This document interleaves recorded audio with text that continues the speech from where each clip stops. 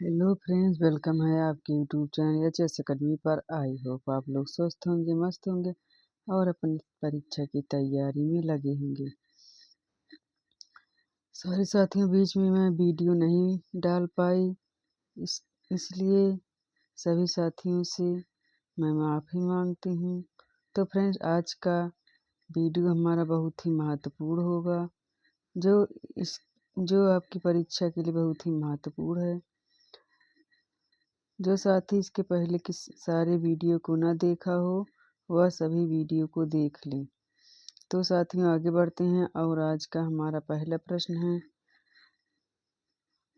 आज का हमारा पहला प्रश्न है, लोकसभा में 17 दिसंबर को संविधान का डैश संशोधन विधेयक 2024 पेश किया गया, जिसे एक राष्ट्र एक चुनाव के रूप में जाना जाता है। तो कितना संशोधन विधेयक है? तो यह 129वां है। और आगे बढ़ते हैं साथियों, प्रश्न नंबर 2 हमारा क्या कहता है। प्रश्न नंबर 2 है, हाल ही में एक राष्ट्र एक चुनाव से संबंधित कितने विधेयक लोकसभा में पेश किए गए? तो इसका राइट आंसर होगा साथियों, 2 विधेयक लोकसभा में पेश किए गए। आगे बढ़ते हैं साथियों, प्रश्न नंबर 3 क्या कहता है हमारा। प्रश्न नंबर 3 है, हाल ही में किस देश ने डार्क ईगल नामक एक नई एंटी मिसाइल प्रणाली विकसित की है? तो इसका राइट आंसर होगा संयुक्त राज्य अमेरिका ने। और साथियों, आगे बढ़ते हैं, प्रश्न नंबर 4 है हमारा। भारत में प्रतिवर्ष किस तारीख को पेंशनर दिवस मनाया जाता है? तो इसका राइट आंसर होगा हमारा 17 दिसंबर को पेंशनर दिवस मनाया जाता है। और साथियों, आगे बढ़ते हैं, प्रश्न नंबर 5 है हमारा। प्रश्न नंबर 5 है, शिक्षा मंत्रालय के अनुसार सरकार पीएम श्री योजना के अंतर्गत कितने जवाहर नवोदय विद्यालय विकसित करेगा? तो इसका राइट आंसर होगा 620 नवोदय विद्यालय। और साथियों, आगे बढ़ते हैं, प्रश्न नंबर 6 हमारा क्या कहता है।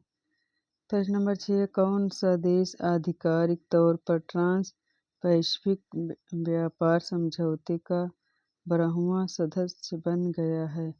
तो इसका राइट आंसर होगा ब्रिटेन। ट्रांस पैसिफिक व्यापार का 12वां सदस्य बन गया है। और साथियों, आगे बढ़ते हैं, प्रश्न नंबर 7 है हमारा। प्रश्न नंबर 7 है, हाल ही में कहाँ देश के सबसे बड़े एयर कार्गो हब बनाने की घोषणा की गई है? सबसे बड़े एयर कार्गो हब बनाने की घोषणा नोएडा में किया गया है। तो इसका राइट आंसर होगा नोएडा। और साथ ही आगे बढ़ते हैं, प्रश्न नंबर 8 है हमारा। प्रश्न नंबर 8 क्या कहता है, हाल ही में ब्रिटेन ट्रांस पैसिफिक व्यापार समझौते का डैश सदस्य बन गया है? तो इसका राइट आंसर होगा 12वां सदस्य बन गया है। ब्रिटेन ट्रांस पैसिफिक व्यापार समझौते का 12वां सदस्य बन गया है। तो साथियों, आगे बढ़ते हैं, प्रश्न नंबर 9 हमारा है। प्रश्न नंबर 9 हमारा है, हाल ही में किसको केंद्र सरकार द्वारा भारतीय रिजर्व बैंक आरबीआई का नया गवर्नर नियुक्त किया गया है? तो इसका राइट आंसर होगा हमारा संजय मल्होत्रा को आरबीआई का नया गवर्नर नियुक्त किया गया है। और साथियों, आगे बढ़ते हैं, प्रश्न नंबर 10 हमारा क्या कहता है। प्रश्न नंबर 10 है, भारत के पूर्व प्रधानमंत्री डॉक्टर मनमोहन सिंह के निधन पर कितने दिवस का राजकीय शोक घोषित किया गया है? तो इसका राइट आंसर होगा 7 दिन का। और साथियों आगे बढ़ते हैं। प्रश्न नंबर 11 है हमारा। प्रश्न नंबर 11 हमारा क्या कहता है? प्रश्न नंबर 11 है, हाल ही में किस देश ने तिब्बत में ब्रह्मपुत्र पर दुनिया का सबसे बड़ा बांध बनाने की मंजूरी दी है? कौन सा देश है जो तिब्बत में ब्रह्मपुत्र पर दुनिया का सबसे बड़ा बांध बनाने की मंजूरी दी है? तो इसका राइट आंसर होगा हमारा चीन। इसका राइट आंसर होगा हमारा चीन। और साथियों आगे बढ़ते हैं। प्रश्न नंबर 12 हमारा क्या कहता है? प्रश्न नंबर 12 है, किस मंत्रालय द्वारा प्रधानमंत्री राष्ट्रीय बाल पुरस्कार 2024 आयोजित किया गया? किस मंत्रालय द्वारा किस मंत्रालय द्वारा प्रधानमंत्री राष्ट्रीय बाल पुरस्कार 2024 आयोजित किया गया? तो इसका राइट आंसर होगा महिला और बाल विकास मंत्रालय के द्वारा। और साथियों आगे बढ़ते हैं। प्रश्न नंबर 13 हमारा क्या कहता है? प्रश्न नंबर 13 है, हाल ही में आईसीसी ने विराट कोहली पर मैच फीस का कितना प्रतिशत जुर्माना लगाया है? तो इसका राइट आंसर हमारा होगा 20%। और साथियों आगे बढ़ते हैं। प्रश्न नंबर 14 हमारा क्या कहता है? प्रश्न नंबर 14, हाल ही में कहाँ अटल युवा महाकुंभ और अटल स्वास्थ्य मेले का उद्घाटन हुआ है? सॉरी साथियों, इसमें थोड़ा मिस्टेक हो गया है। हाल ही में अटल युवा महाकुंभ और अटल स्वास्थ्य, सॉरी साथियों यहाँ थोड़ा मिस्टेक हो गया है, इसको भी बता रहे हैं।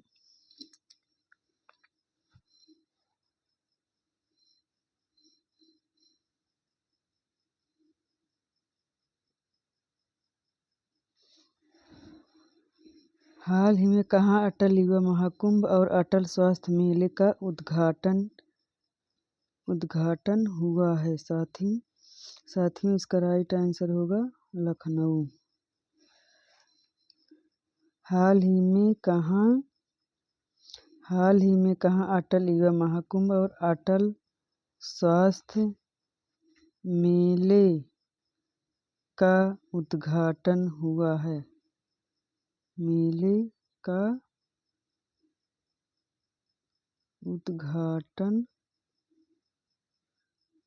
हुआ है।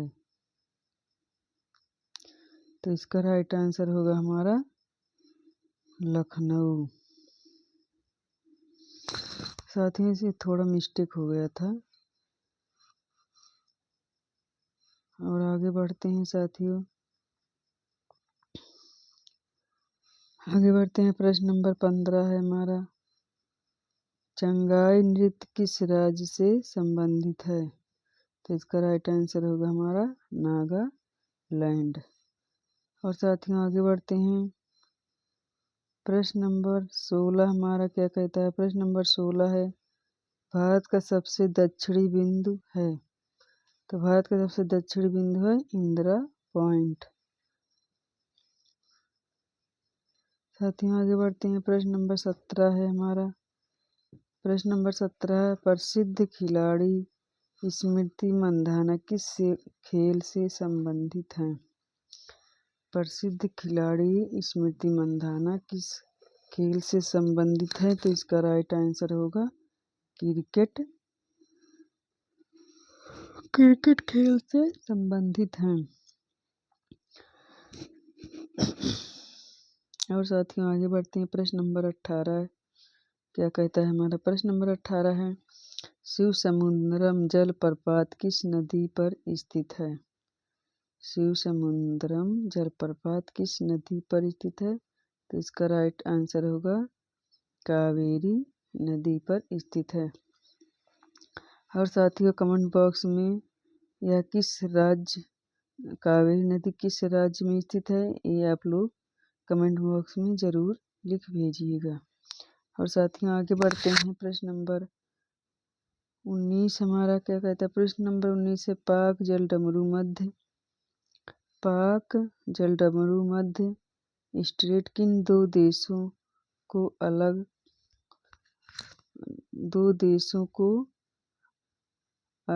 करता है। साथियों यहाँ रहेगा अलग करता है।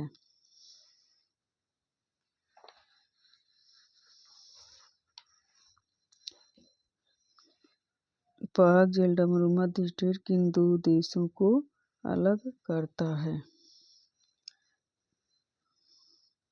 यहाँ साथी रहेगा अलग करता है। तो इसका राइट आंसर होगा भारत और श्रीलंका। पाक जलडमरू मध्य स्ट्रेट किन दो देशों को अलग करता है। तो इसका राइट आंसर भारत और श्रीलंका। और साथियों आगे बढ़ते हैं। प्रश्न नंबर 20वां है और यह हमारा आखिरी प्रश्न है। साथियों चौरी चौरा की घटना के बाद गांधी जी ने कौन सा आंदोलन निलंबित कर दिया था। चौरी चौरा की घटना के बाद गांधी जी ने कौन सा आंदोलन निलंबित कर दिया था। तो इसका राइट आंसर होगा हमारा असहयोग आंदोलन। और साथियों आप लोग बताइएगा असहयोग आंदोलन किस तारीख को हुआ था। और साथियों अगर वीडियो अच्छी लगे तो लाइक करें, शेयर करें और सभी लोग जो चैनल को सब्सक्राइब न किया हो वह चैनल को सब्सक्राइब कर लें और बेल आइकन दबाना न भूलें। साथियों अगर वीडियो अच्छी लगे तो शेयर करिए ज़्यादा से ज़्यादा। और पूरा वीडियो देखने के लिए आप सभी को धन्यवाद। जय हिंद।